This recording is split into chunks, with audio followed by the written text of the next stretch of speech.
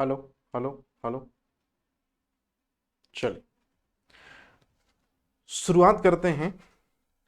बाबर द्वारा लड़े गए जो प्रमुख 4 युद्ध हैं, उनमें जो सबसे पहला युद्ध है, एक एक करके समझने की कोशिश करते हैं कि बाबर का क्या मोटिव था इन युद्धों में और किस तरह से इन युद्धों को उसने फतेह किया। तो सबसे पहले हम बात करते हैं पानीपत के प्रथम युद्ध की। तो ध्यान से देखिएगा, पानीपत के प्रथम युद्ध से कॉम्पिटिटिव एग्जाम में सिर्फ 2 क्वेश्चन आते हैं, जैसा आप स्क्रीन पे देख रहे हैं। यदि इससे पहला क्वेश्चन, पानीपत का पहला युद्ध कब लड़ा गया था? सूरज एकदम तपती में था, अप्रैल का महीना था, 21 तारीख थी। आप समझ सकते हो कि कितनी गर्मी पड़ती है। और 2 सेनाएं अपने आमने सामने हैं, हाथी और घोड़ों की।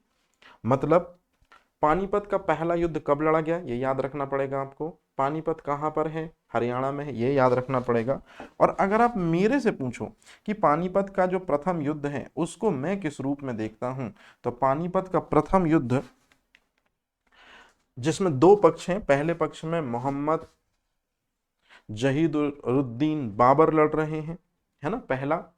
और दूसरे साइड जो हैं वो इब्राहिम लोदी हैं, जो दिल्ली सल्तनत पर काबिज हैं और अंतिम अफगान सुल्तान होंगे, क्योंकि इसके बाद इनकी डेथ रण क्षेत्र में हो जाएगी और फिर दिल्ली सल्तनत जो है वो हमेशा के लिए समाप्त हो जाएगी और मुगल वंश का अभ्युदय हो जाएगा। तो अगर कभी आपसे कोई क्वेश्चन पूछे कि पानीपत का पहला युद्ध अपनी आंखों से साक्षात किसने देखा था, तो बहुत से लोग होंगे जिन्होंने पानीपत के प्रथम युद्ध को देखा था, लेकिन उनमें जो सिख धर्म के संस्थापक हैं गुरु नानक देव, वो इस युद्ध के प्रत्यक्षदर्शी थे। तो अब यदि आपसे कभी कोई क्वेश्चन पूछे कि पानीपत का प्रथम युद्ध वास्तविकता में किसकी लड़ाई है, तो मैं कहूंगा कि बादशाह की लड़ाई सुल्तान से है। बाबर जो है ये आगे चल के, याद रखिएगा, बाबर जो है ये आगे चल के अपने आप को बादशाह घोषित करेंगे। मतलब जो शुरुआत से परंपरा चली आ रही थी कि दिल्ली सल्तनत के कब्ज पर जो तख्त पर जो काबिज होता था या दिल्ली सल्तनत के तख्त पर जो बैठता था वो सुल्तान कहलाता था, लेकिन सुल्तान परंपरा का अब खात्मा होगा और अब बादशाह परंपरा की शुरुआत होगी। मतलब पानीपत का पहला युद्ध बादशाह की सुल्तान से लड़ाई थी। अगर हम बात करें तो जो जहीरुद्दीन मोहम्मद बाबर है, मैंने आपको बताया था कि ये मुगल हैं, लेकिन मुगल का मतलब होता है कि जब पिता पक्ष की तरफ से बात आती है तभी अपने को चगताई तुर्क कहते हैं, और माँ की तरफ से ये मंगोल हैं। तो इस तरह से ये दोनों ब्लड, क्योंकि चगताई तुर्क ये तैमूरिया ब्लड है या तैमूर की दरअसल में रिलेशन है, और मंगोल तो ये चंगेज खान से रिलेशन शो होता है। तो तैमूर और चंगेज को ही मिलाकर बनता है मुगल। मतलब पहला पक्ष जो युद्ध लड़ रहा है, जिसके पास सिर्फ 12,000 सैनिक हैं, लेकिन सबसे काम की चीज तोप हैं और बंदूकें हैं। और सबसे महत्वपूर्ण चीज कि यदि मैं बात करूं इस्लामिक सेना की, तो इस्लामिक सेना हमेशा घोड़ों को तवज्जो देती है, क्योंकि इस्लाम में सबसे पवित्र पशु क्या माना जाता है? घोड़ा। और हिंदुत्व, माफी चाहता हूँ, यहाँ हिंदुत्व का तो कोई रोल ही नहीं है, हिंदू मुस्लिम जबरदस्ती करा रहा हूँ। अब्राहिम लोदी भी मुसलमान है, अफगानी पठान है ना, लेकिन इसकी सेना में हाथियों का नंबर ज्यादा है। इसका मतलब है कि पानीपत का पहला युद्ध घोड़ों की हाथियों से लड़ाई है, या हाथी घोड़ों की लड़ाई है, बादशाह सुल्तान की लड़ाई है। और अगर देखा जाए युद्ध शुरू होने से पहले, तो 1 लाख सैनिकों और 1,000 हाथियों के साथ इब्राहिम लोदी जो है वो अपनी जीत श्योर कर रहा है। लेकिन देखते हैं कि पानीपत के प्रथम युद्ध में जब 2 सेनाएं अपने सामने हैं, जैसे Rajasthan Royals versus Chennai super Kings, है ना, तो बाबर एक पक्ष में है और दूसरे पक्ष में इब्राहिम लोदी। तो चलिए जानने की कोशिश करते हैं कि इस युद्ध का क्या हाल होगा। तो इस युद्ध में हुआ ये कि जो बाबर है उसकी अगर शुरुआत की लाइफ हम देखें तो सिवा दर बदर भटकने को उसको कुछ नहीं मिला। फरगना जहाँ का वो पैतृक निवासी था, उसके हाथ से यदि फरगना आया तो समरकंद निकल गया, जो तैमूर की वास्तविकता में राजधानी थी। और बाबर अपने को तैमूरिया वंशज भी मानता था, क्योंकि तैमूरी परंपरा में पिता की ओर से वो 5वां वंशज होने का दावा भी करता था। तो फाइनल में एक दरबदर की जिंदगी या दुर्भाग्य का दौर खत्म हुआ।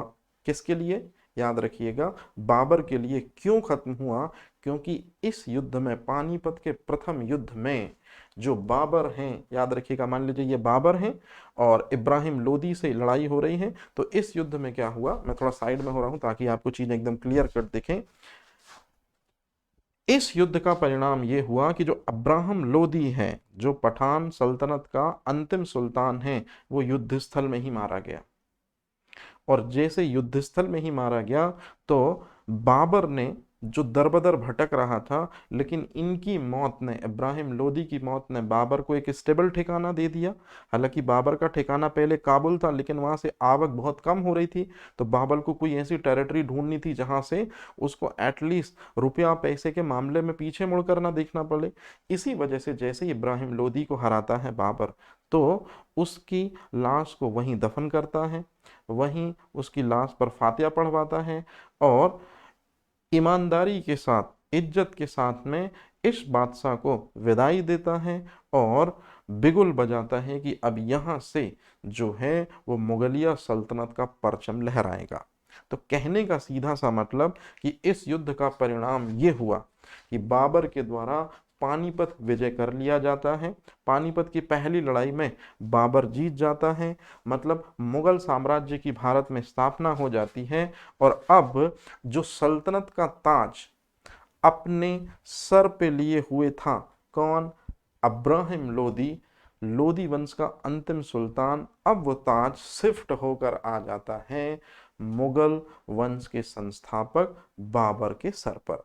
तो इस तरह से पानीपत के पहले युद्ध में बाबर ने जो बड़े आराम से जीत हासिल की है, चलिए जरा समझने की कोशिश करते हैं कि बाबर की व्यूह रचना में कौन कौन सी चीजें थी जिन्होंने बाबर को जीत दिलाई। तो सबसे पहली चीज जिस वजह से बाबर जीतता है वो है, याद रखिएगा, मेरे हिसाब से, जहां तक मैं मानता हूं और बहुत सारे इतिहासकार मानते हैं, कि 1 लाख की फौज अब्राहम लोदी की है और मात्र 12,000 का लश्कर लेकर चला था बाबर। तो 12,000 का मुकाबला 1 लाख से भला क्या होता? लेकिन अपनी सैन्य कुशलता के बल पर, अपने भरोसे के बल पर, अपने तोपखानों के बल पर, अपने बारूद के इस्तेमाल के बल पर बाबर ने इस असंभव विजय को संभव बना दिया और अपनी 12,000 की जो मुट्ठी भर सेना थी उसमें जान फूंक कर और वो पानीपत के पहले युद्ध में जीत हासिल कर लेता है। तो बाबर द्वारा यदि हम व्यूह रचना की बात करें या बाबर की जीत के अगर हम हिस्सेदार माने, तो सबसे पहली है रूमी विधि, या जिसको ही कहते हैं उस्मानी विधि। उस्मानी विधि ने बाबर की जीत में महत्वपूर्ण भूमिका निभाई, लेकिन हम तुगलमा युद्ध नीति को भी नहीं भूल सकते हैं। तो चलिए समझने की कोशिश करते हैं कि ये तुगलमा युद्ध नीति क्या है और उस्मानी विधि क्या है। लेकिन सबसे पहले जिसकी हम बात करेंगे वो होगी उस्मानी विधि। उस्मानी विधि जो है उसका नाम इसलिए पड़ा क्योंकि वो उस्मानों से सीखी गई है। मध्य एशिया में जो उस्मान थे, है ना, उनसे दरअसल में इस मेथड को सीखा गया है। और इस मेथड में तोपों को किस तरह से सीक्वेंस वाइज अरेंज किया जाए, मैं आगे आपको चित्र दिखाता हूं, जिससे शत्रु पक्ष पर बड़ा असरदार और गहरा प्रभाव हो सके। तो याद रखेंगे तोपों को किस तरह से सजाया जाए। एक बैलगाड़ी की बड़ी रेलियां सी बना दी जाती हैं और दो दो तीन तीन बैलगाड़ी को छोड़कर फिर उसके बाद में एक तोप को पॉइंट किया जाता है। तो किस तरह से वो हम आगे देखते हैं। तोपों को चलाने के लिए विश्वास पात्र व्यक्ति चाहिए हैं और बाबर की सेना में वो 2 विश्वास पात्र व्यक्ति, जिनकी वजह से पानीपत के पहले युद्ध में मुकम्मल जीत हासिल हुई बाबर को, नाम है उस्ताद अली और मुस्तफ़ा। मतलब उस्ताद अली और उस्ताद मुस्तफ़ा, ये 2 हैं जिनकी वजह से बाबर को जीत हासिल लगी। तुगलमा युद्ध नीति क्या होती है इसके बारे में भी हम समझने की कोशिश करते हैं, लेकिन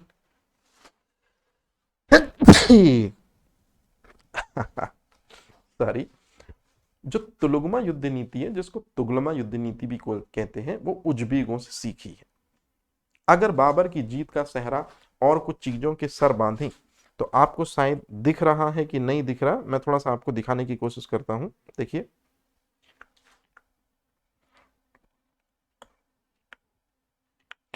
ये हो नहीं पा रहा है, कोई बात नहीं। यहां देखिए बंदूक दिख रही है, ये ईरानी पद्धति है, ईरान से सीखी बाबर ने बंदूकों को चलाना, है ना। और घुड़सवार जो हैं ये भी दरअसल में, और धनुर्धर, ये पद्धति भी बाबर ने अडॉप्ट की है। तो अब यदि आपसे क्वेश्चन पूछा जाए कि तुलुगमा युद्ध नीति क्या होती है, तो हालांकि ये चीज आपके प्रीलिम्स में नहीं आएगी, मेंस में आएगी, इसको समझने की कोशिश कीजिए। इस चित्र में आपको जो हरा रंग दिख रहा है ये है पठान सुल्तान इब्राहिम लोदी की सेना, जैसे कि आप देख रहे हैं पठान सुल्तान इब्राहिम लोदी की सेना। और जो रेड कलर में आप देख रहे हैं ये बाबर की सेना है, और यहाँ पर ये बी फॉर बाबर लिखा हुआ भी है। अब आप समझने की कोशिश कीजिए कि बाबर ने क्या किया है, ध्यान से सुनिए। जो आपको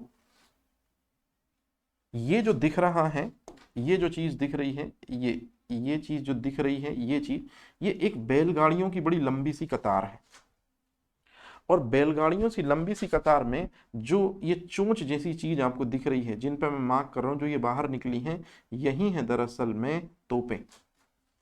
तो देखिए तोपों को सजाया गया है। तो अभी अपन ने देखा कि तोपों को सजाने की विधि जो है वो उस्मानी विधि कहलाती है या रूमी पद्धति कहलाती है। तो मैं यही लिख दे रहा हूं, रूमी पद्धति। तो शायद आप पहली चीज तो समझ गए होंगे।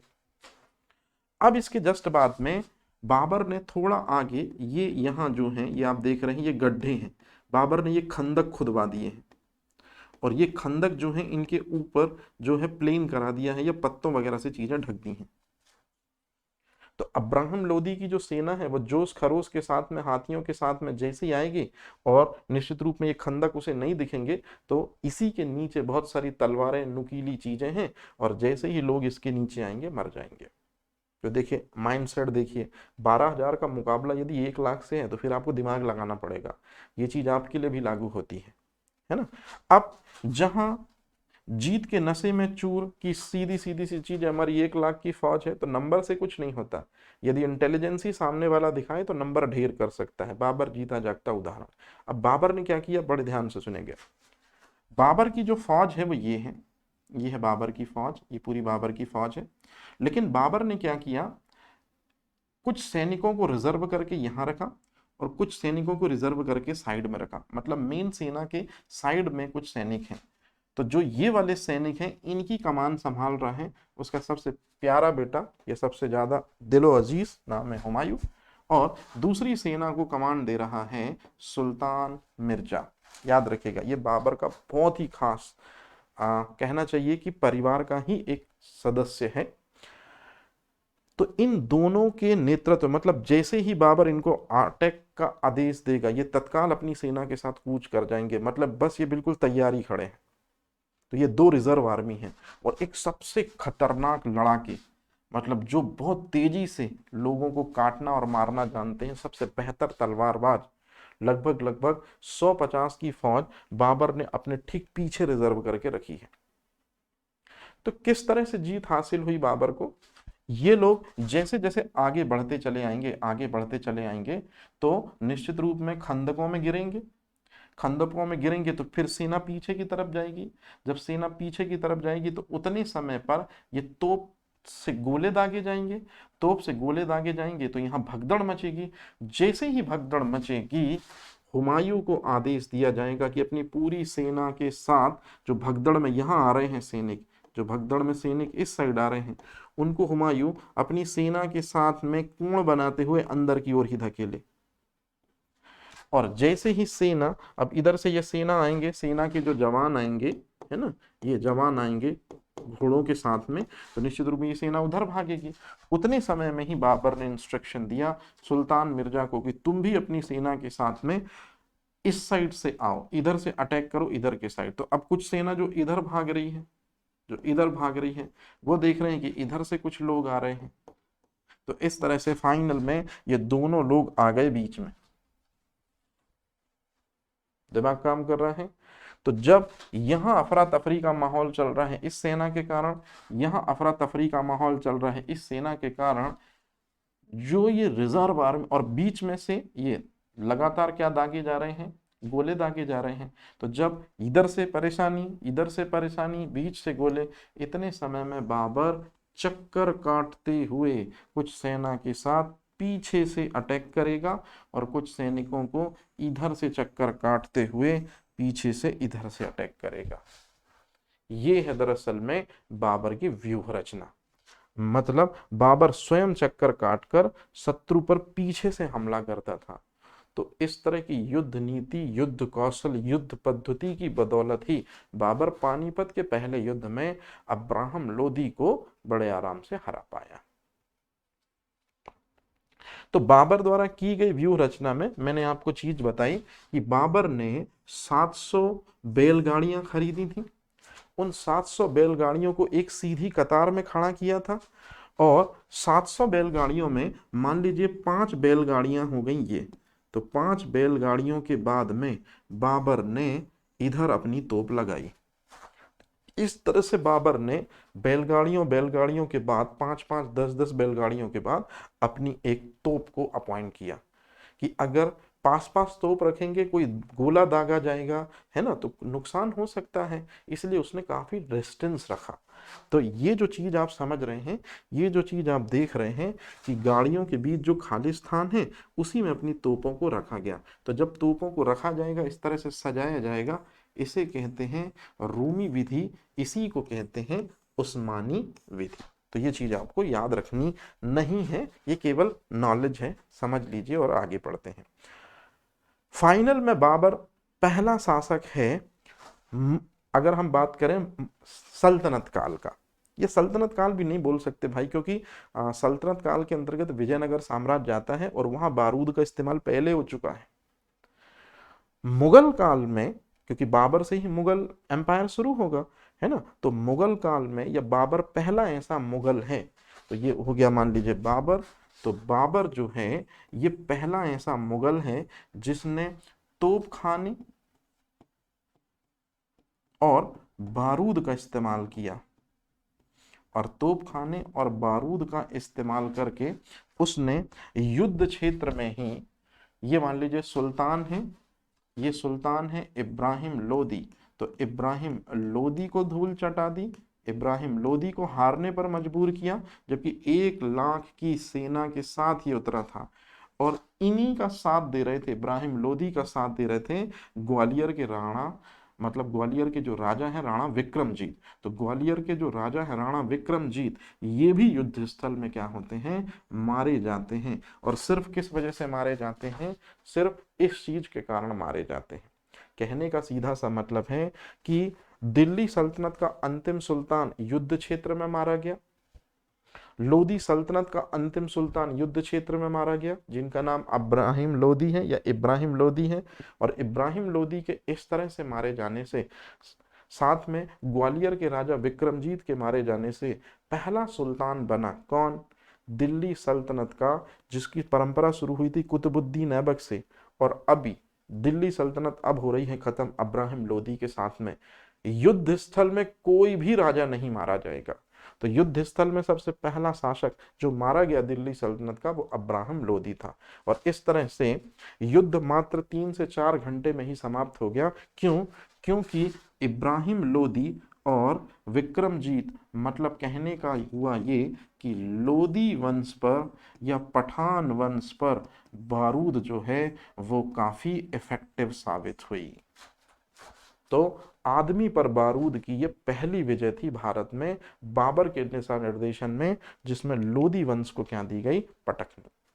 अब इस वॉर के कुछ मायने निकल कर आते हैं।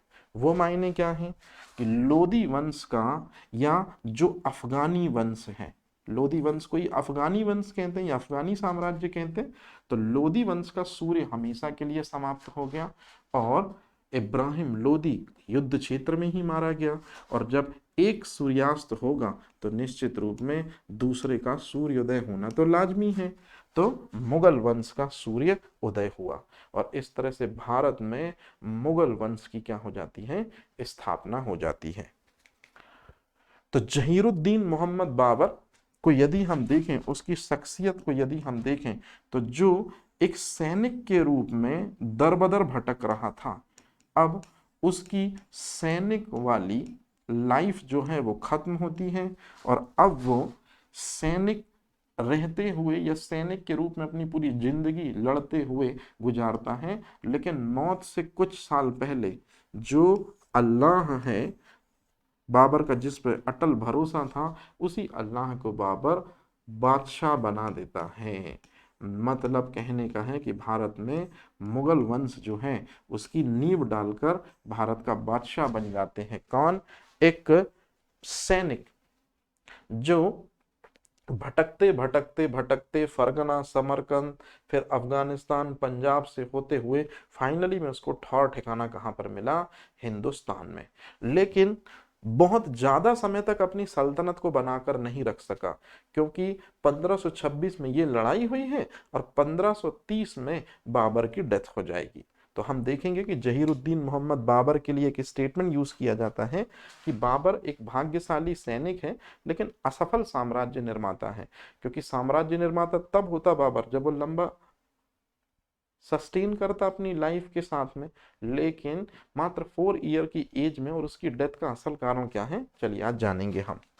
तो इस तरह से पानीपत विजय के बाद हुआ ये कि दिल्ली पर मुगलों का अधिकार हो गया। लेकिन अपन ऐसा मान सकते हैं कि एक उप राजधानी है या एक सहायक टेरिटरी है जिसको हम कहते हैं आगरा। आगरा से राजपूतों पर नियंत्रण रखना बहुत आसान हो जाता है। तो इसी वजह से मुगलों ने दिल्ली पर अटैक तो किया, माफी चाहता हूं, दिल्ली को अपने अधिकार क्षेत्र में लिया, साथ ही साथ में जो उप राजधानी थी लोदियों की आगरा, उसको भी अपने अधिकार क्षेत्र में ले लेता है। जरा याद कीजिए, ये आगरा की स्थापना इब्राहिम लोदी के जो मरहूम फादर हैं सिकंदर लोदी ने स्थापना की थी 1504 में। और 1506 में आगरा को अपनी राजधानी बनाया था ताकि राजपूतों से वो अपनी सल्तनत को इजीली बचा सकें। तो बाबर ने दिल्ली पर तो कब्जा किया, साथ ही साथ में उसने आगरा पर भी कब्जा कर लिया। और उतने समय में अपने बेटे जिसका नाम है हुमायूं, ग्वालियर भेजता है अपने बेटे को। और ग्वालियर में जो राणा विक्रमजीत हैं उनके महल में ग्वालियर पहुंचता है जब कौन? हुमायूं। तो वहां उसका स्वागत होता है, क्योंकि जीते हुए बादशाह का दरअसल में वो इकलौता और सबसे पसंदीदा बेटा था। तो इसी वजह से राजा विक्रमजीत के महल से उसका अभिवादन किया जाता है। अभिवादन के साथ साथ में जो राजा विक्रमजीत की माँ होती हैं वो सबसे कीमती चीज अपनी सल्तनत की उनको भेंट करती हैं, जिसका नाम है कोहिनूर हीरा। और इस तरह से हुमायूं जो है वो ग्वालियर को अपने अधिकार क्षेत्र में लेने के बाद जब अपने पिता के पास वापस आता है और अपने पिता को मतलब बाबर को हुमायूं जो है वो हीरा भेंट करता है।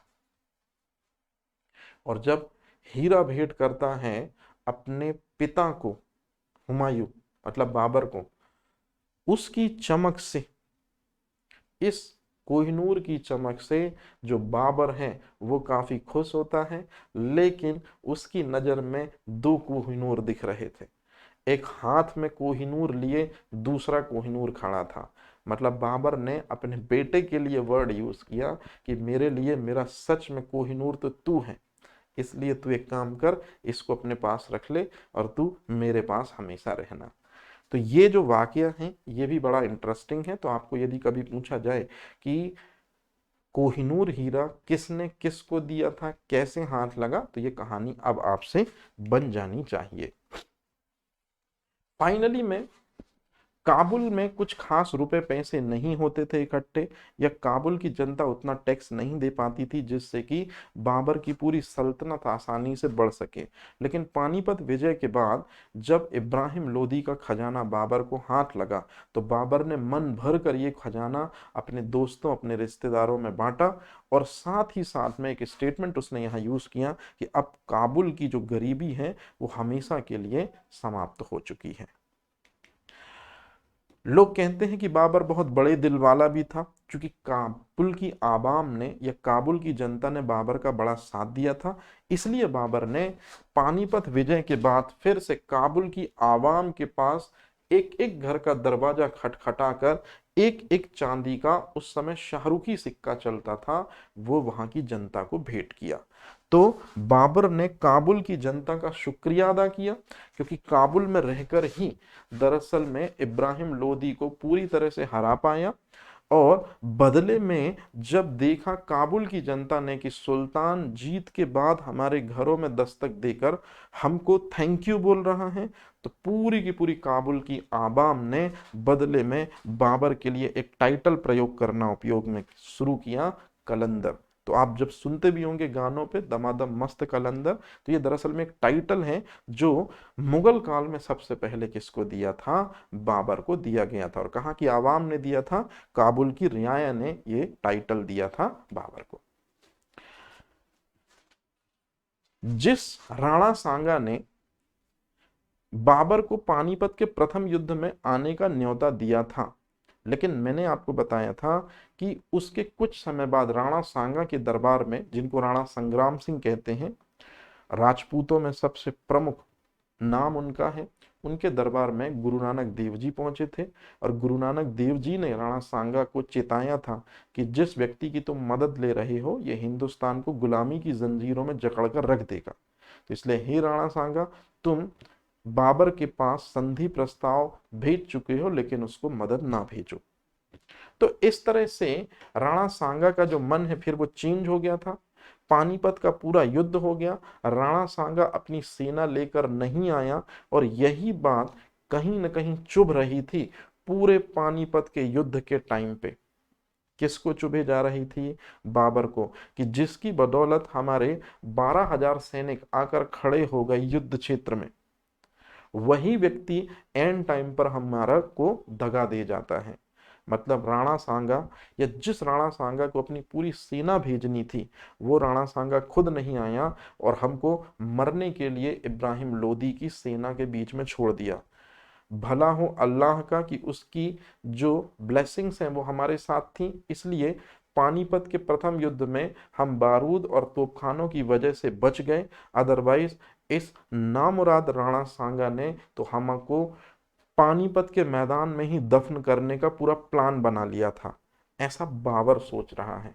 और इसी वजह से बाबर ने कसम खाई थी उसी समय कि पानीपत के युद्ध के बाद बाबर यदि जिंदा बचता है तो वो जिस शख्सियत से सबसे पहले रूबरू होगा युद्ध के मैदान में, वो राणा सांगा ही होगा। क्योंकि बाबर को ऐसा लगता है कि राणा सांगा ने पानीपत के प्रथम युद्ध में अपनी सेना न भेजकर वादा खिलाफी की थी।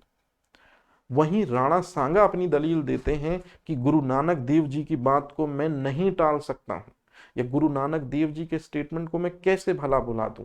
इसी वजह से मैं भारत को गुलामी की जंजीरों में जकड़ना नहीं चाहता था, और मैं अपना नाम इसीलिए नहीं खराब करना चाहता हूं। तो दोनों के अपने अपने बातें हैं, कौन सही है कौन गलत है इसको हम रहने देते हैं।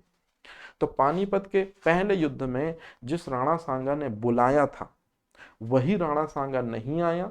बस इसी वजह से जो दूसरा युद्ध है वो एक पर्टिकुलर डेट को, जिस डेट को आप पहले ही देख चुके हैं, 16 मार्च 1527 को मुकम्मल हुआ।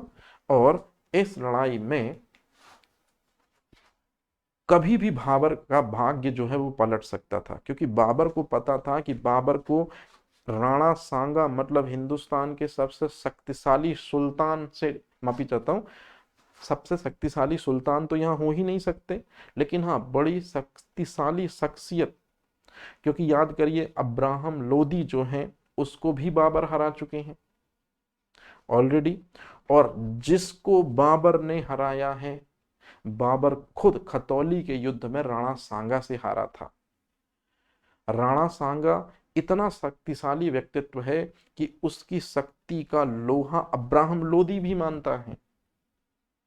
इस तरह से हिंदुस्तान उत्तर भारत में सबसे शक्तिशाली राणा सांगा था राजपूत शक्ति के नेतृत्व में, और वो कभी भी बाबर का भाग्य पलट सकता था। नो डाउट बाबर ने दिल्ली सल्तनत के सुल्तान को हराकर मुगल वंश स्थापित कर दिया, लेकिन जब तक राणा सांगा जीवित है वास्तविक रूप से मुगल साम्राज्य स्थापित नहीं हो सकता था। ये बहुत अच्छे से बाबर को पता था।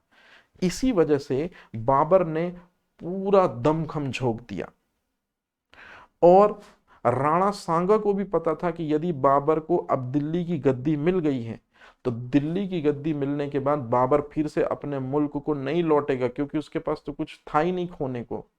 इसलिए राणा सांगा जो हैं वो अपनी पूरी राजपूती शक्ति लगाते हैं, सारे राजपूतों को एकत्रित करते हैं। लेकिन इसी प्रक्रम में उनके पास पानीपत प्रथम युद्ध में जो इब्राहिम लोदी के मित्र थे या इब्राहिम लोदी से जो हमदर्दी रखते थे, जैसे इब्राहिम लोदी का जो भाई था वो आ गया था, सिकंदर लोदी का दूसरा बेटा भी आ गया था, है ना।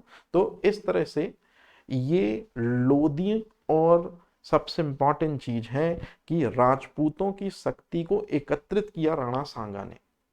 मतलब खानवा का युद्ध बाबर और राणा सांगा के बीच का युद्ध नहीं था, बाबर और राणा सांगा संघ के बीच का युद्ध था। कैसे, अब आप जरा ये देख लीजिए तो आपको क्लियर हो जाए कि बाबर की जो सेना थी अब उसमें 40,000 सैनिक हो गए थे। अब्राहम लोदी के सैनिकों को भी उसने अपनी सेना में मिला लिया था। राणा सांगा ने एक महागठबंधन, एक बहुत बड़ी फौज तैयार की, जिसमें सेना नायक खुद वो थे जिनका नाम संग्राम सिंह है। सभी राजपूत राजाओं को उन्होंने युद्ध का न्योता दे डाला और ज्यादातर राजपूती राजा आए भी राणा सांगा की एक पुकार पर। मारवाड़, ग्वालियर, आमेर, अजमेर, मालवा का मेदिनी राय भी आया। इसके बाद में अफगान सरदार महमूद लोदी भी आया, जो अब्राहम लोदी का भाई है और सिकंदर लोदी का दूसरा बेटा है। आलम खान लोदी भी आते हैं। फिर आप हसन खां मेवाती को देखते हैं, वसीम चंदेरी को देखते हैं। मतलब बहुत बड़ा संघ बनाया राणा सांगा ने, किसको कुचलने के लिए? बाबर को कुचलने के लिए। अब ध्यान से सुनिएगा मेरी बात, जो मैं आपको समझाना चाह रहा हूं। बाबर जो है उसने इस लड़ाई को जीतने के लिए शराब के पात्रों को फेंकवा दिया, शराब के पात्रों को तोड़वा दिया। राणा सांगा से जीत को हमेशा सर्वोपरि बताया। इस युद्ध को अल्लाह और जो काफिर हैं उनके बीच का युद्ध करार दिया। मतलब किसी भी हालत में बाबर इस युद्ध को जीतना ही जीतना चाहता है। वहीं दूसरी तरफ जो व्यक्ति है जिनका नाम है राणा सांगा, राणा सांगा जो है अच्छे से देख लीजिए, उनके पास में कितनी फौज है? 2 लाख की फौज। बाबर के पास में कितनी फौज है? 40,000 के सैनिक हैं। राणा सांगा जो है वो बिल्कुल श्योर हैं कि राजपूती तलवार जो है और राजपूती जोश जो है उनका मुकाबला न तो कोई तोप, न तो कोई बंदूक, न तो कोई तीर, न तो कोई तरकस कर सकता। बस यही ओवर कॉन्फिडेंस ले डूबा दरअसल में राणा सांगा को, क्योंकि बाबर ने फिर से एक बार वही नीति का उपयोग किया जो पानीपत के प्रथम युद्ध में किया था, तुगलमा युद्ध नीति की। बारूद का उपयोग किया उन्होंने, और सबसे इंपॉर्टेंट चीज है कि तोपों के लगातार गोले दागे गए, और देखते ही देखते जो जीत है वो बड़े आराम से किसके पाले में आ गिरी? बाबर के पाले में आ गिरी। इतिहास ऐसा बताता है कि राणा सांगा घायल हो गए, वो युद्ध स्थल से निकल जाते हैं। इतने समय में एक व्यक्ति है जिनका नाम आपको याद रखना पड़ेगा, झाला अज्जा। उनको दरअसल में मुकुट पहना दिया गया राजपूती, लेकिन कुछ समय बाद बाबर के सैनिकों ने उनको पहचान लिया, और इस तरह से ये बात आम हो गई कि राणा सांगा जो है वो मारे गए, तो बाकी जो राजपूत राजा हैं उन्होंने भी अपने को सरेंडर कर दिया। तो इस तरह से बाबर जो है उसने खानवा के युद्ध को आसानी से जीत लिया, मेवाड़ पर उनका कब्जा हो गया। और जैसे ही बाबर मेवाड़ पहुंचा तो उसने सभी राजपूत राजाओं को या सभी राजपूत लोगों को सरे से कत्ल करना शुरू किया। इतिहास लिखता है कि बाबर ने बहुत बड़ी मीनारें बनवाई थीं, हिंदुओं के सरों को काट काट कर बहुत बड़ी मीनारें तब्दील कराई थीं। और यहीं से बाबर जो है ये वास्तविक रूप में मुस्लिम साम्राज्य तो नहीं, सॉरी, मुगल साम्राज्य स्थापित कर पाता है। तो वास्तविक रूप में मुगल साम्राज्य कब से स्थापित होगा? जब सबसे शक्तिशाली शासक हिंदुस्तान का नहीं रहेगा, मतलब राणा सांगा। और इस तरह से राजपूती शक्ति जो है वो खत्म तो नहीं हुई, लेकिन हाँ कुछ समय के लिए कमजोर हो गई। याद रखिएगा, यहाँ खत्म लिखना है, ये गलत लिखा है, कमजोर ज्यादा बेहतर वर्ड है, क्योंकि आगे फिर इन्हीं में से महाराणा प्रताप आएंगे, तो कमजोर लिखना ज्यादा सही रहेगा। अच्छा, ऐसा बताते हैं कि खानवा के युद्ध में बाबर ने स्वयं को गाजी उपाधि से विभूषित किया था, मतलब जो बड़ी संख्या में विधर्मियों का वध करेगा, और साथ ही साथ में जो व्यापार कर होता था, एक तरह का चुंगी टैक्स होता था, उससे अपने लोगों को मुक्ति देने का वादा किया था। तो इस तरह से बाबर ने खानवा के युद्ध में अपने पूरे जोश खरोश के साथ में, अपने पूरी इंटेलिजेंसी के साथ में किसको हरा दिया? राणा सांगा और उनके संघ को हरा दिया। और जैसे ही राणा सांगा हारा, अब कोई भी हिंदुस्तान में, स्पेशली उत्तर भारत में, ऐसी ताकत बिल्कुल भी नहीं है जो सर उठा के बाबर से दो दो हाथ कर सके। मतलब इस युद्ध के बाद, खानवा के युद्ध के बाद, भारत में मुगल साम्राज्य अच्छे तरीके से स्थापित हो गया। मतलब अब किसी तरह की किसी शक्ति का कोई भय नहीं। लेकिन हाँ, अब जब मुगल साम्राज्य वास्तविक रूप में स्थापित हो गया, लेकिन अब मुगल साम्राज्य को विस्तृत तो करना पड़ेगा। तो अगली जो दो लड़ाइयां लड़ी जाएंगी, जो कि आप स्क्रीन पे देख रहे हैं, जैसे चंदेरी का युद्ध और घाघरा का युद्ध, ये दोनों साम्राज्य विस्तार के लिए लड़े गए युद्ध हैं। मतलब अपने एम्पायर को एक्सपांड करने के लिए, अपने एम्पायर को बड़ा करने के लिए ये युद्ध लड़े गए हैं। तो चलिए सबसे पहले हम बात करते हैं चंदेरी। इसके तार मध्य प्रदेश के मालवा से भी जुड़े हुए हैं, और 29 जनवरी 1528 को ये लड़ाई होती है बाबर की मेदिनी राय से। तो बाबर याद रखेंगे आप, जो कि मुगल वंश का अब संस्थापक हो चुका है, भारत में मुगलिया परंपरा शुरू हो चुकी है। बाबर जो है वो चाहता है कि, अच्छे से सुनिएगा, मालवा का प्रवेश द्वार है चंदेरी।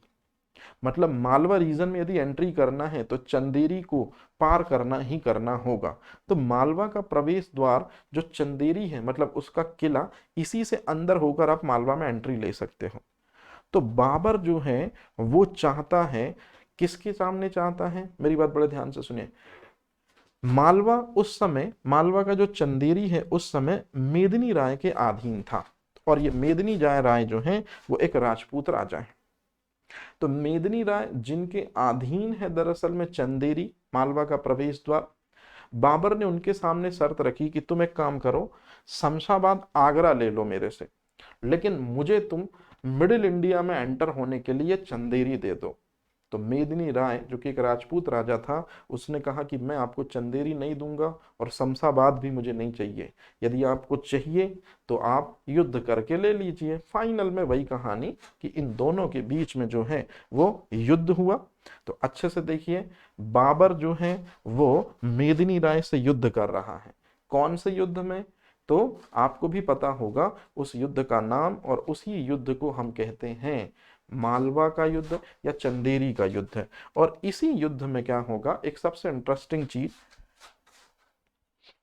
आपने शेरशाह सूरी के बारे में जरूर सुना होगा। तो शेरशाह सूरी जो आगे चल के सूरवंश की नींव डालेगा, द्वितीय अफगान साम्राज्य की नींव डालेगा, क्योंकि प्रथम अफगान साम्राज्य लोदी साम्राज्य था। तो जो लोदी साम्राज्य इतिहास के पन्नों में गुम हो गया मात्र 75 साल सरवाइव करके, अब्राहम लोदी के नेतृत्व में हार लगी सारे पठानों को, एक बार फिर से लोदी सल्तनत तो नहीं लेकिन अफगान साम्राज्य को, और वो भी दूसरे अफगान साम्राज्य को, कुछ समय के लिए वो फिर हिंदुस्तान में लेकर आएगा। जी हाँ, मैं उसी शेरशाह सूरी की बात कर रहा हूं। तो चंदेरी का युद्ध इसलिए भी अपने आप में बड़ा महत्वपूर्ण हो जाता है क्योंकि चंदेरी के युद्ध में बाबर की तरफ से युद्ध किया है शेरशाह सूरी ने, और शेरशाह सूरी ने चंदेरी के युद्ध में रहकर पूरी बाबर की जो सैन्य कुशलता है या पूरी बाबर की जो रणनीतिक अप्रोच है उसको बहुत अच्छे से समझ लिया था। और जब बाबर के सैन्य संगठन को बहुत अच्छे से जान लिया शेरशाह सूरी ने, तो बाबर के सैन्य संगठन को, कि बाबर की फिलॉसफी क्या है, बाबर कैसे अटैक करता है, कितने सैनिक कहाँ रखता है, ये जब शेरशाह सूरी ने पूरी तरह से चंदेरी के युद्ध में बाबर की रणनीतिक अप्रोच को समझ लिया, तो उसने कहा था कि यदि कभी भविष्य में मुझे मौका मिला तो मैं इन मुगलों को हिंदुस्तान से दूर करके भारत में दूसरे अफगान साम्राज्य मतलब सूरवंश को जरूर ला दूंगा। और उसने ऐसा किया भी। बाबर के बाद जो शासक बनता है हुमायूं, हुमायूं से दरअसल में हिंदुस्तानी सल्तनत पे मुगल वंश को अलग करते हुए या मुगल वंश को छीनते हुए द्वितीय अफगान साम्राज्य सूर्यवंश की स्थापना सच में शेरशाह सूरी ने करी। हालांकि वो ज्यादा लंबे समय तक नहीं चली। हुमायूं ने फिर से पलटवार करते हुए मुगल वंश को फिर से कैप्चर कर लिया या मुगल वंश की सत्ता फिर से स्थापित कर दी थी, लेकिन कुछ ही समय के लिए ही सही शेरशाह सूरी ने जो कहा वो करके दिखाया।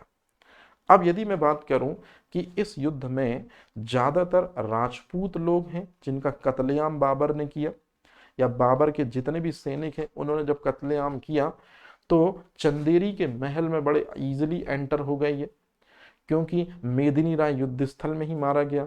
और जो जो व्यक्ति, जो जो लेडी, जो जो जेंट्स इनको मिलता चंदेरी के अंदर या किले के अंदर या मालवा में, उसको मारकर उसके सरों की मानो ऐसी मीनारें सी बनवा दी जाती। तो बाबर ने राजपूतों के सरों की मीनारें खानवा के युद्ध में भी बनाई थी, और बाबर ने राजपूती जो मीनारें हैं याद रखिएगा ये चंदेरी के युद्ध में भी बनाई थी।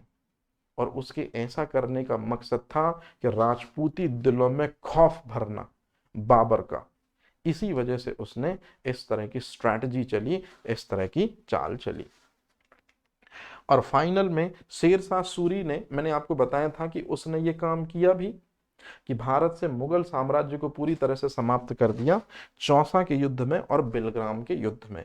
अब ये चौसा का और बिलग्राम का युद्ध क्या है, हम इसके बारे में अभी बात नहीं करते, आगे बात करते हैं कि ये क्या है। जब मैं हुमायूं पढ़ाऊंगा तो इसको मैं बहुत अच्छे से डिस्कस करूंगा। लेकिन आप ये चीज जरूर याद रखिएगा कि शेरशाह सूरी किस लड़ाई में मुगलों की तरफ से लड़ा था, चंदेरी के युद्ध में, मेदिनी राय के अगेंस्ट में। और अंतिम युद्ध है घाघरा का युद्ध। तो घाघरा का युद्ध है वो लड़ा गया है, अच्छे से देख लीजिए, 6 मई 1529 को। तो 6 मई 1529 को साम्राज्य विस्तार के लिए लड़े गए इस युद्ध में बाबर का जो सामना है वो सारे के सारे लोदियों से हो रहा है। बाबर एक मुगल है और बाबर मुगल को सबसे ज्यादा चिढ़ है अफगानियों से। इसीलिए जब घाघरा के युद्ध में सारे अफगान एकत्रित होकर एक संघ बनाए, क्योंकि सारे अफगानों को लगता था कि बाबर ने इब्राहिम लोदी को हराकर उनकी गद्दी को काबिज कर लिया है जो कभी अफगानों की थी और जो सही भी थी। इसीलिए महमूद लोदी ने सारे अफगानी राजाओं का एक संघ बनाया और इस संघ में उन्होंने बंगाल के शासक नुसरत शाह को भी शामिल किया। और फाइनल में इसी कैटेगरी में आप खुद देख लीजिए, जो शेरशाह सूरी इसके ठीक पहले वाले युद्ध में बाबर की ओर से लड़ा था, मतलब चंदेरी के युद्ध में बाबर की ओर से लड़ा हुआ शेरशाह सूरी अगले युद्ध में घाघरा के युद्ध में वो भी होगा साथ, लेकिन वो साथ तो होगा लेकिन न्यूट्रल होगा। अब इसको लेकर अलग अलग इतिहासकार अलग अलग वक्तव्य कहते हैं कि शेरशाह सूरी इस युद्ध में टेक पार्ट लिया, कुछ कहते टेक पार्ट नहीं लिया, वो न्यूट्रल रहा। तो अपन को जो है वो इस तक तो बात ही नहीं करनी, हमको इनकी बात करनी है। तो यही महमूद लोदी जो सिकंदर लोदी का भाई था दूसरा, यही इब्राहिम लोदी की डेथ के बाद अब अपनी दावेदारी पेश कर रहा है, जिसे राणा सांगा ने आधिकारिक रूप से दिल्ली सल्तनत का संस्थापक स्वीकार कर लिया था। अगर खानवा के युद्ध में राणा सांगा जीतते तो आप बिलीव करिए दिल्ली की गद्दी पर महमूद लोदी को ही बैठना था। ऐसा वचन दे चुके थे राणा सांगा, लेकिन किस्मत को कुछ और ही मंजूर था। तो फाइनल में सारे अफगान राजाओं का संघ घाघरा के युद्ध में बाबर के सामने आया और मानो बाबर इस पल की बड़ी बेसब्री से प्रतीक्षा कर रहा था। तो जितने भी अफगान इस युद्ध में एक छत के नीचे बड़े आसानी से बाबर को मिल गए, तो बाबर ने कोई कसर नहीं छोड़ी अफगानों के दमन के लिए। उसने तोप खानों और गोलों की भारी बौछार करी और इतनी बौछार करी कि देखते ही देखते 2 या 3 घंटे में अफगान तितर बितर होने लगे। और चूंकि ये जो लड़ाई है ये लड़ाई घाघरा के तट पर लड़ी गई, घाघरा नदी के तट पर लड़ी गई। तो कुछ सैनिक अपनी जान बचाने के लिए नदी को पार करके दूसरी ओर जाने की कोशिश करते हैं। चूंकि बाबर चाहता है कि जब अफगान एक ही छत के नीचे घाघरा के युद्ध में साफ साफ उसे दिख रहे हैं, तो क्यों न सारे अफगानों को निपटा दिया जाए। तो जो अफगान जल की ओर भागे उनको तैर कर वहीं नदी के अंदर मारकर दफन करने का पूरा प्लानिंग बना दिया गया। मतलब मध्यकालीन इतिहास की पहली लड़ाई जो थल में तो लड़ी गई, जल में भी लड़ी गई। तो ये आपको याद रखनी है कि ये कौन सी लड़ाई है, ये है घाघरा वॉर। और इस तरह से घाघरा वॉर के बाद अब जो है महमूद लोदी हार गया। बाबर ने बिहार पर खुद की सत्ता स्थापित करी, जैसे कि आप इमेज में देख रहे होंगे, और बिहार का शासक नियुक्त किया महमूद खां नोहानी को।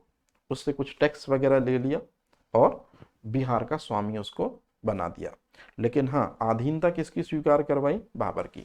इसी दौरान बाबर ने नुसरत शाह से संधि की, जो बंगाल का राजा था, और इस संधि में यह बोला गया कि हम एक दूसरे की सीमाओं का कभी भी उल्लंघन नहीं करेंगे। जैसे कि आप चित्र में भी देख सकते हैं, ये जो बिहार है, ये बिहार है और ये बंगाल है। और बदले में बाबर जो है वो क्या करेगा, वो आपसे टैक्स लेगा, तो नुसरत शाह को टैक्स भी देना पड़ेगा। और सबसे अहम संधि में जो बात हुई कि बाबर के जो विरोधी हैं मिर्जा और बाबर के विरोधी जो हैं अफगान, उनको शरण नहीं दोगे। कौन? नुसरत शाह से इस तरह की बात हुई। जैसे ही बाबर की डेथ होती है, यही नुसरत शाह फिर बाबर के बेटे हुमायूं के लिए गले की फांस सा बन जाता है। तो इस तरह से घाघरा का अंतिम युद्ध जो था वो भी बड़े आराम से जीत जाता है। कौन? तो बाबर जो है घाघरा का अंतिम युद्ध भी जीत गया। और इस तरह से एक शक्तिशाली साम्राज्य जो है वो उत्तर भारत में स्थापित हुआ।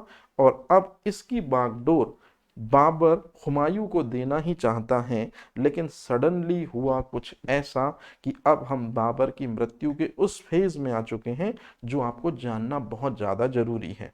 तो हुआ कुछ ऐसा कि बाबर जो है वो है 1529 की बात है, वो देखता है कि हुमायूं को एक ऐसी बीमारी ने जकड़ रखा जिस बीमारी के कारण हुमायूं अपने बिस्तर से नहीं उठ पा रहा है।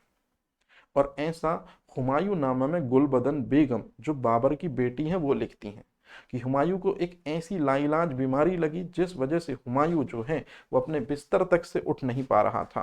और अपने बेटे को इस हालत में देख सबसे ज्यादा दुख जिसको हुआ वो था बाबर, क्योंकि बाबर अपने बेटे को प्राणों से भी ज्यादा मोहब्बत करता था। मतलब उसके लिए पूरी दुनिया में सबसे सुकून वाली चीज अगर कोई थी तो उसके बेटे का दीदार। बाबर ने तत्काल नमाज में अपने मालिक को याद किया और कहा कि हे परवरदिगार, मैंने सुना है कि तू जान के बदले जान लेता है। मतलब दुनिया का सबसे बड़ा सौदागर तू है, कि तू अगर जान देता है तो जान लेता भी है।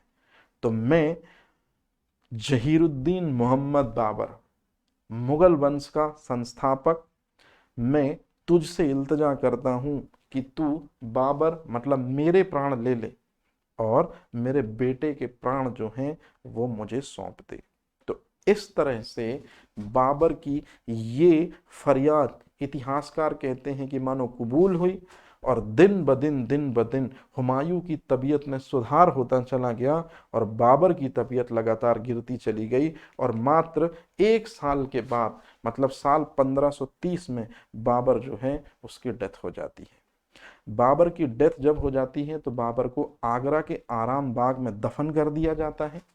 लेकिन हुमायूं को जब याद आता है कि मेरे पिताजी जो हैं वो हमेशा कहा करते थे कि काबुल में को फरगना और समरकंद की याद दिलाता है, या काबुल जो कि इंडियन टेरिटरी में उस समय आता था, लेकिन काबुल में आकर उससे फरगना जो है अब ज्यादा परेशान नहीं करता, क्योंकि फरगना की भी जलवायु और काबुल की जलवायु लगभग लगभग एक सी है। मतलब काबुल में आकर मुझे फरगना जैसा फील होता है। तो इसी वजह से बाबर जो है उसकी अस्थियों को हुमायूं जो है आगरा के आराम बाग से निकलवाता है और फिर काबुल में जो बाग था वहां जाकर उसी बाग में उनको दफन कर दिया जाता है। तो आपसे अगर क्वेश्चन पूछा जाए कि बाबर का मकबरा कहाँ है, आगरा के आराम बाग में, लेकिन 9 साल बाद फिर बाद में उसकी अस्थियों को काबुल ले जाकर वहां दफन कर दिया जाता है। बाबर जो है वो मुगल वंश का पहला ऐसा शासक है जो अपनी आत्मकथा खुद लिखता है। तो बाबर अपनी आत्मकथा स्वयं लिखता है, तुजुक बाबरी। तो मुगल वंश में ऐसा पहला शासक बाबर बनता है जो अपनी आत्मकथा को खुद लिखता है। तो इस तरह से ये जो चीजें हैं वो इंपॉर्टेंट अभी तो नहीं है क्योंकि इतना टिपिकल प्रीलिम्स में आपको नहीं आएगा। जो मेन चीज आपको याद रखनी है, नहीं इसमें एक चीज जो सबसे इंपॉर्टेंट है कि बाबर ने अपनी आत्मकथा जो है वो तुर्की भाषा में लिखी थी। ये जो चीज है, बाबर ने अपनी आत्मकथा तुर्की भाषा में लिखी थी तुजुक बाबरी के नाम से।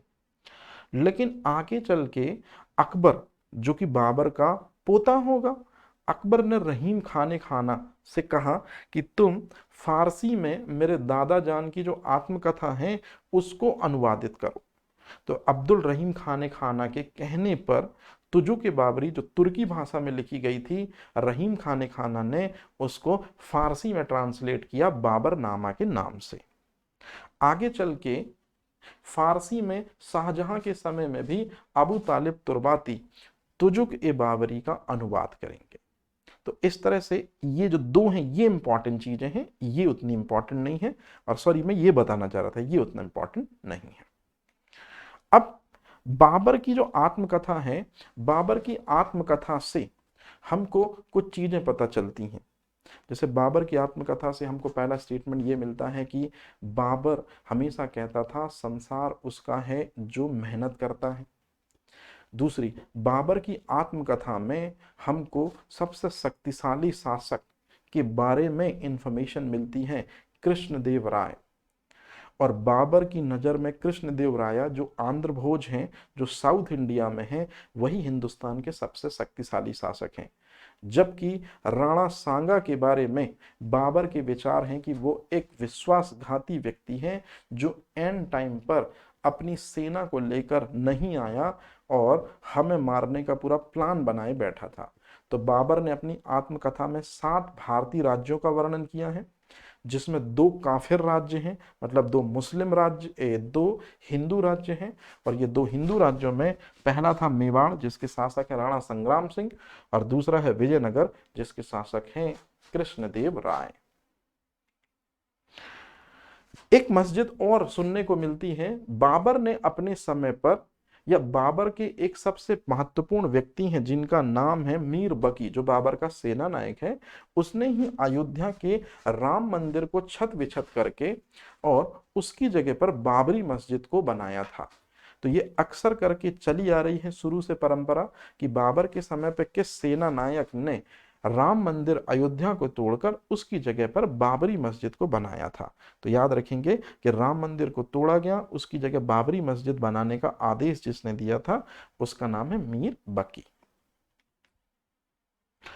अगर बाबर के स्थापत्य कला की बात करें तो बाबर ने कौन कौन सी चीजों को बनाया है, तो सबसे महत्वपूर्ण चीज यहां जो निकलकर सामने आती है कि बाबर ने पानीपत की प्रथम विजय के बाद काबुली बाग मस्जिद बनवाई थी। पानीपत की प्रथम विजय के बाद संभल में भी उसने जामा मस्जिद बनवाई थी। आगरा में नूरे अफगान बाग बनवाया था और मीर बकी सेना नायक ने बाबरी मस्जिद बनवाई थी अयोध्या में। तो ये 4 फैक्ट आपको याद रखने, ये आपसे क्वेश्चन पूछा जाता है। और इस तरह से ये वही चीज लिखी है कि आगरा में नूरे अफगान बाग बनवाया था और बाबरी मस्जिद अयोध्या में मीर बकी सेना नायक ने बनाई थी, ना कि बाबर ने, क्योंकि बाबर ने अपनी आत्मकथा में ये बाबरी मस्जिद का जिक्र नहीं किया है। ध्यान से समझिएगा इसको। और इस तरह से यहाँ बाबर का जो चैप्टर है ये पूरी तरह से हो जाता है द एंड। और अब हम नेक्स्ट लेक्चर में मिलेंगे हुमायूं के साथ। तो देखेंगे कि हुमायूं जो है वो क्या कहना चाहता है हमसे और क्या कहना चाहता है आपसे। एक बात हमेशा मैं बोलूंगा, बाबर की लाइफ हम जैसे लोगों को बहुत कुछ सिखाती है। क्यों? क्योंकि बाबर एक ऐसा व्यक्तित्व था जिसका अपने धर्म में तो पूरा भरोसा था। बंदा किन्हीं भी परिस्थितियों में रहे 5 वक्तों की नमाज अता करना नहीं भूलता था। और दूसरी जो सबसे महत्वपूर्ण चीज थी वो ये थी कि बाबर हमेशा अपने बच्चों को पॉजिटिव एनर्जी सिखाता था या अच्छी शिक्षाएं देता था। तो बाबर का एक स्टेटमेंट मुझे हमेशा याद दिलाता है कि आप लोग भी उस स्टेटमेंट को पढ़कर उससे एनर्जी ले सकते हैं। संसार उसका है जो परिश्रम करता है। ये लाइन सिर्फ बाबर के द्वारा अपने बेटों को सिखाई गई महज एक लाइन नहीं, बल्कि एक कायनात को चेंज करने वाला स्टेटमेंट भी हो सकता है। तो जिस तरह से बाबर ने काफी कम समय में, मात्र हिंदुस्तान में 4 सालों में वो करके दिखाया जो पूरी जिंदगी में वो ना कर सका, इसी तरह से हमको भी मालिक के फैसलों पर अड़िग रहना चाहिए कि मालिक कितनी परेशानी दे, कितनी परेशानी दे, अगर परेशानी दे रहा है इसका मतलब है वो हमारी लाइफ में सुखों का अंबार भी लगाएगा, भले वो सुख आपकी लाइफ के अंतिम समय में क्यों ना आए। तो इस तरह से मालिक के फैसले पर कभी शक न करें। मालिक हमेशा मालिक ही होगा, चाहे वो अपने बंदे को सुख दे या दुख। इसी उम्मीद के साथ कि बाबर की जो कहानी है या बाबर का जो लेसन है, इससे आपके लिए प्रीलिम्स के क्वेश्चन हो जाएंगे बहुत आसान, क्योंकि यदि आप करेंगे बेहतर तो आपके साथ भी मालिक अच्छा ही होने देगा। Thank you.